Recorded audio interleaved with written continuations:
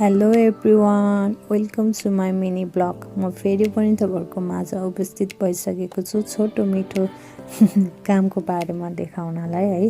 हामी चाहिँ आज चौबार काममा पर्ने भएकोले बिहानै उठेर रेडी भइसकेका छौँ अनि हामीले चाहिँ रेडी भएर कुखुराहरूलाई कुरिराखेको थियौँ है त।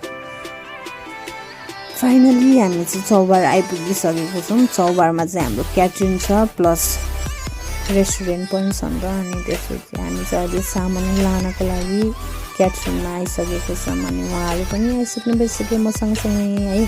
अनि हामी चाहिँ मस्त अब के गरेर बस्ने त यतिखेर त गाडी आइपुग्दैन त सामान लिन, त्यही भएर हामीले मस्त भ्यू हेर्दै बसेर गफ हान्दै जिस्किँदै बसिरहेको थियौँ है त।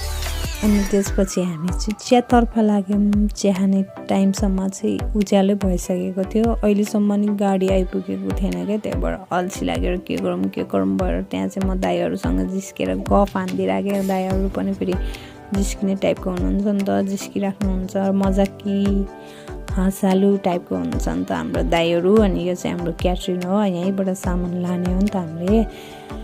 अहिलेसम्म नि गाडी नआएको भएर चाहिँ अल्छी लाग्यो नि त, अब धेरै के गफ हान्नु भनेर कि मन्दिर डुलेर आइदिउँ न त भनेर हिँडिदिएको होइन।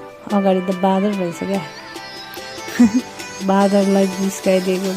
बादललाई जिस्काउनु भन्दा नि हामी जिस्किँदै गइरहेको थियौँ। मेरो साथी भन्दै थियो। लास्टमा त उनीहरूले त लखार दिइराख्यो हामीलाई त। हेर्नुहोस् त, दुईजना मात्रै थियो, पछि त कोटी दिएर आइदिइराख्यो लखार्नलाई पनि। म चाहिँ कुदेँ तिनीहरूलाई छोडेर कुद्देँ म त।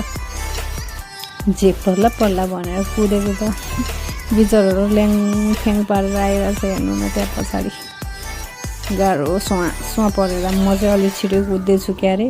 मलाई चाहिँ डर लाग्छ कि, किनभने बादलको छुट्टै कहानी छ क्या मेरो। त्यो चाहिँ म नेक्स्ट ब्लगमा भन्छु होला सायद कुनै दिन, तपाईँहरूलाई नेक्स्ट ब्लगमा भन्ने छु। अहिले चाहिँ म भन्दिनँ किनभने भिडियो पनि धेरै लामो हुन्छ नि त। ल हाम्रो अब चाहिँ गाडी आइसकेको छ अनि त्यसपछि सामानहरू लोड गरेर अब रेस्टुरेन्टमा जानुपर्ने हुन्छ नि त। हाम्रो अब के भन्छ कामै रेस्टुरेन्टमा भएपछि जानु पर्यो।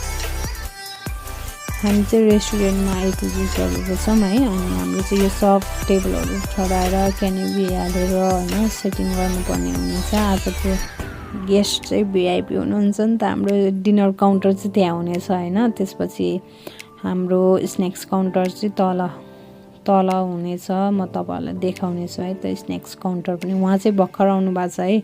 उहाँलाई लिएर म चाहिँ यता फर्किरहेको थिएँ क्या, त्यही भएर तल उहाँलाई चेन्जिङ रुम त देखाउनु